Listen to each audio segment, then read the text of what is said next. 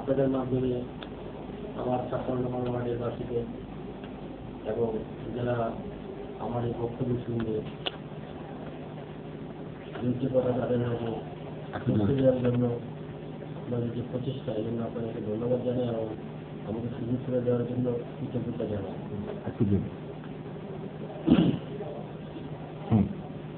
সর্বপ্রথম মহান আল্লাহ পাকের কাছে শুকরিয়া জ্ঞাপন করছি এবং যারা এই 56 নম্বর ওয়ার্ডবাসী আমাকে ভোট দিয়ে নির্বাচিত করেছে এবং তার আগে আমি আরও কৃতজ্ঞতা জানাই আমার ঢাকা 2 আসনের মাননীয় সংসদ সদস্য মাননীয় খাদ্যমন্ত্রী, যিনি আমাকে এই ওয়ার্ড থেকে আওয়ামী লীগের মতো একটি বৃহৎ রাজনৈতিক দল থেকে নমিনেশন দিয়েছেন এবং দেওয়ার ব্যবস্থা করে দিয়েছেন।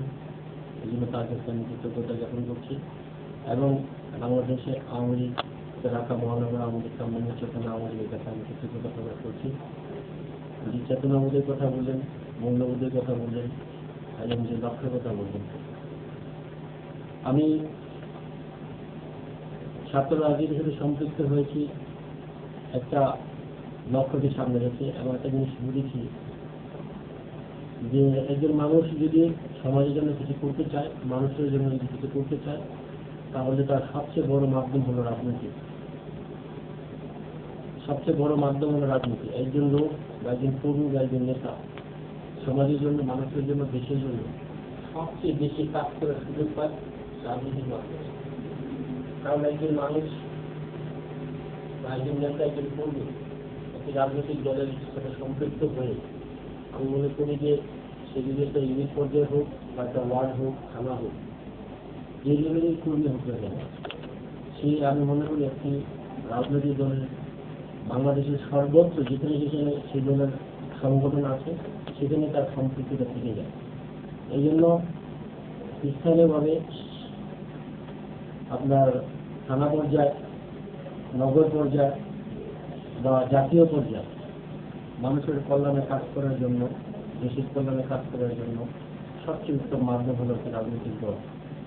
আর আমি মনে করি এই বাংলাদেশ পরাধীন ছিল। এই পরাধীন বাংলাদেশকে স্বাধীন করার জন্য এবং এই বাংলাদেশের যে নামকরণ হয়েছে এর পিছনে একজন মহান ব্যক্তির অনেক অবদান রয়েছে এবং একটি রাজনৈতিক দলের অবদান রয়েছে, যিনি জন্ম না হলে। আমি মনে করি যে এই বাংলাদেশ নামক রাজনৈতিক দলের, বাংলাদেশ নামক এই রাষ্ট্রের জন্ম হতো না যদি জাতির জনক বঙ্গবন্ধু শেখ মুজিবুর রহমান জন্ম না হতো। সেই পশ্চিম পাকিস্তানের হানাদার বাহিনীর বিরুদ্ধে দীর্ঘ 24 বছর লড়াই সংগ্রামের মধ্য দিয়ে একটি রাজনৈতিক দল আওয়ামী লীগের নেতৃত্বে যদি সেদিন পশ্চিমা বাহিনীর বিরুদ্ধে এই দেশমাতৃকার প্রয়োজনে অবদান না রাখত, ভোট ও ভাতের অধিকার নিশ্চিত না করত, সেই সংগ্রামের কারণে আজকে আমি মনে করি যে ধাপে ধাপে যে আন্দোলন সংগ্রাম হয়েছে, মানুষের ভোট ও ভাতের, রাজনৈতিক অধিকার, অর্থনৈতিক মুক্তি, সর্বোপরি স্বাধীনতা, এগুলি কেবলমাত্র একজন রাজনৈতিক নেতা বঙ্গবন্ধু এবং দল হিসাবে বাংলাদেশ আওয়ামী লীগের নেতৃত্বেই এটা সম্ভব হয়েছে। আর এই কারণে আমি মনে করি যেহেতু আমি একজন বাঙালি, বাংলাদেশের একজন নাগরিক, এদেশের মাটিতে আমি বড় হয়েছি, জন্মগ্রহণ করেছি, যেহেতু এদেশের জন্ম দিয়েছে জাতির জনক বঙ্গবন্ধু শেখ মুজিবুর রহমান এবং তার দল, রাজনৈতিক দল হিসেবে আওয়ামী লীগ, এখন আমি সেই ঋণ শোধ করার জন্য যে আমি মুক্ত বাতাসে আমি নিঃশ্বাস নিতে পারছি, মুক্ত দেশে আমি বিচরণ করতে পারছি, আমি বাংলায় কথা বলতে পারতেছি, স্বাধীন আমি, যাদের জন্য আজকে আমি এত সুযোগ সুবিধা ভোগ করছি, সেই ঋণ শোধ করার জন্য সেই চেতনা থেকে আমি আজকে নেতা হিসেবে জাতির জন্য বঙ্গবন্ধু শেখ মুজিবুর রহমানের আদর্শকে রাজনীতি করি এবং দল হিসেবে যেহেতু একটি রাজনৈতিক দল আমি করব সিদ্ধান্ত নিয়েছি, এই দল হিসেবে আমি সেই স্বাধীনতা অর্জনকারী দল, মহান মুক্তিযুদ্ধে অবদানকারী দল যে বাংলাদেশ আওয়ামী লীগ আমি বেছে নিয়েছি যে আমি এই রাজনীতি অংশগ্রহণ করবো এবং এই দলের মাধ্যমে বঙ্গবন্ধুর আদর্শের রূপে ধারণ করে জনকে শেখ হাসিনার নেতৃত্বে আমি আমার এলাকায় কাজ করতে চাই, মানুষের জন্য, এলাকার জন্য, জনগণের জন্য। ধন্যবাদ। আরেকটি প্রশ্ন হচ্ছে যে তথ্য প্রযুক্তি খাতে আপনি যে সরঞ্জাম প্রয়োজন সেগুলো সাপোর্ট কেমন পেয়েছেন বা তার ব্যবহার কতটুকু করতে পারছেন? ধন্যবাদ এই গুরুত্বপূর্ণ প্রশ্নটি করার জন্য।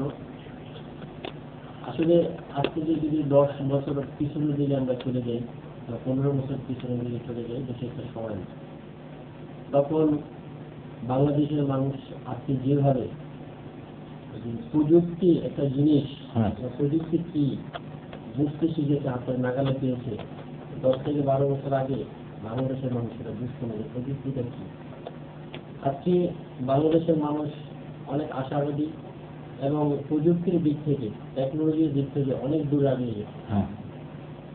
আজ থেকে 12 বছর আগেও একটা মোবাইল সেটের দাম ছিল 1 লক্ষ টাকা। 1 মিনিট কথা বলে 10-12 টাকা লাগতো। কিন্তু এখন দেখেন আজকে এই মোবাইলের কারণে আজকে বাংলাদেশ কত দূরে আগে। তারপরে আপনি বর্তমানে ইন্টারনেটের কথা বলবেন, ফেসবুকের কথা বলবেন, এগুলো এখন বাংলাদেশের মানুষের কাছে তেমন একটা ইম্পর্টেন্ট বিষয় না। বাঙালি জাতি আজকে এইগুলিকে ছাড়িয়ে আরো উপরের দিকে আগে দিচ্ছে, যেগুলো কল্পনা করা যায় না। সেরকম কি করছে বাংলাদেশের মানুষ, বাংলাদেশের বিজ্ঞানীরা বঙ্গবন্ধু স্যাটেলাইট নামে ভূ-উপগ্রহ এখন স্যাটেলাইট কেন্দ্র স্থাপনের জন্য কাজ করছে। যে জাতির জন্য বঙ্গবন্ধু শেখ মুজিবুর রহমানের দরিদ্র প্রধানমন্ত্রী শেখ হাসিনার সুযোগ্য সন্তান সজীবনের জয় আইটি সেক্টরে বাংলাদেশকে যেভাবে এগিয়ে নিচ্ছে, আমরা 12 বছর আগে কোথায় ছিলাম, এখন কোন পর্যায়ে দাঁড়িয়েছি, একটি মাত্র কারণ আমি মনে করি যে জয়ের কারণেই আজকে বাংলাদেশ আইটি সেক্টরে এতদূর এগিয়ে গেছে। এই সাবকন্টিনেন্ট উপমহাদেশে আপনি ভারত বলেন, পাকিস্তান বলেন, নেপাল, ভুটান বলেন, তাদের ক্ষেত্রে ইনশাআল্লাহ আমরা বহু দূরে এগিয়ে গেছি এবং ধীরে ধীরে আমরা এখানে স্টপ না, আরো সামনের দিকে এগিয়ে যাচ্ছে এবং যাবো। আজকে যে আপনার মানুষ এখন আর ব্যাংকে টাকা রাখার জন্য কোথাও যেতে হয় না, রিস্ক মুক্ত থাকে, বিদেশ থেকে লেনদেন হয় বিকাশের মাধ্যমে। এই যে আপনার বৈদ্যুতিক বিল, আপনার লেখাপড়া বিস্তারে, কম্পিউটার, আরো বিশদ যে বাংলাদেশের মানুষরা ঘরে বসে সবকিছু করতে পারতেছে, এটা এখন একটা বলার বিষয় না যে বাংলাদেশ এই টেকনোলজি যুগে বর্তমানে প্রযুক্তির সাথে এত জায়গায় গেছে। আমি মনে করি যে বর্তমান সরকার যদি এই চলমান মেয়াদ শেষ করতে পারে, ইনশাআল্লাহ প্রযুক্তিতে বাংলাদেশ অনেক দূরে গিয়ে আপনার ওয়ার্ডকে কেন্দ্র করে আপনার কি পরিকল্পনা রয়েছে প্রযুক্তি বিস্তারের ক্ষেত্রে? আপনি যদি স্পেসিফিক্যালি আমার ওয়ার্ডের কথা বলেন, তাহলে আমি আমার ওয়ার্ডের সম্বন্ধে একটু সময় নিয়ে পিছনে দিয়ে কথা বলতে চাই। আমার মাননীয় মন্ত্রী, খাদ্যমন্ত্রী অ্যাডভোকেট মোহাম্মদ কামরুল ইসলাম প্রায় একটি কথা বলেন বক্তব্যের মাধ্যমে যে আপনি যদি কামরাঙ্গীরচরের পরিবেশ আর গুলশান মোহনের পরিবেশ একসাথে দেখেন হবে না, তাহলে এক হবে না। আমি সেই সূত্র থেকে তার এই বক্তব্যের ধারাবাহিকতা বলতে চাই। আমার এই সুলতানগঞ্জ কামরাঙ্গীরচর পূর্বে আপনার সিটি কর্পোরেশন অন্তর্ভুক্ত ছিল, এটা একটা ইউনিয়ন পরিষদ শাসিত এলাকা ছিল।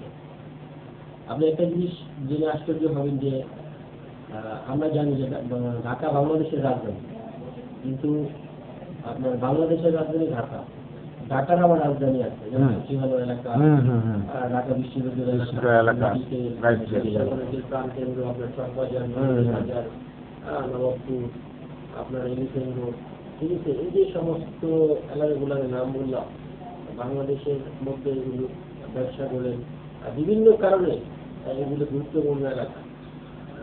এখানে সরকারি অফিস বলেন, সবকিছু এই এতটুকু জায়গার মধ্যে সবচেয়ে বেশি সীমাবদ্ধ পিলখানা বলেন।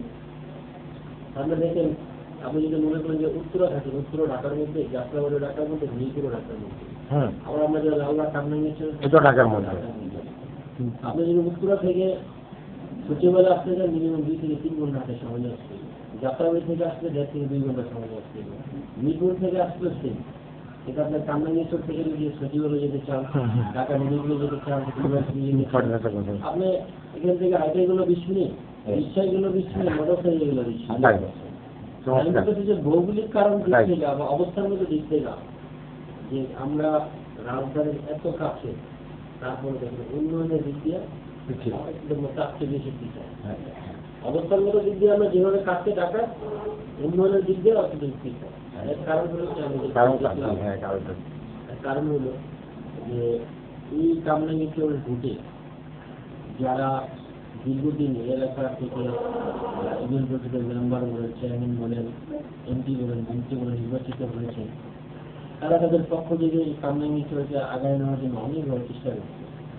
আর যাদের অবস্থানের চেষ্টা করার কারণে আমি ব্যক্তিগতভাবে এই এলাকার সন্তান সবার কাছে আমি তার উন্নয়নের কারণে যাদের অবদান আছে তাদেরকে আমি শ্রদ্ধার চোখে দেখি এবং তাদের কৃতজ্ঞতা যতটুকু আমাদের এলাকায় এগিয়ে গেছে তাদেরকে আমি ধন্যবাদ জানাই, কৃতজ্ঞতা জানাই।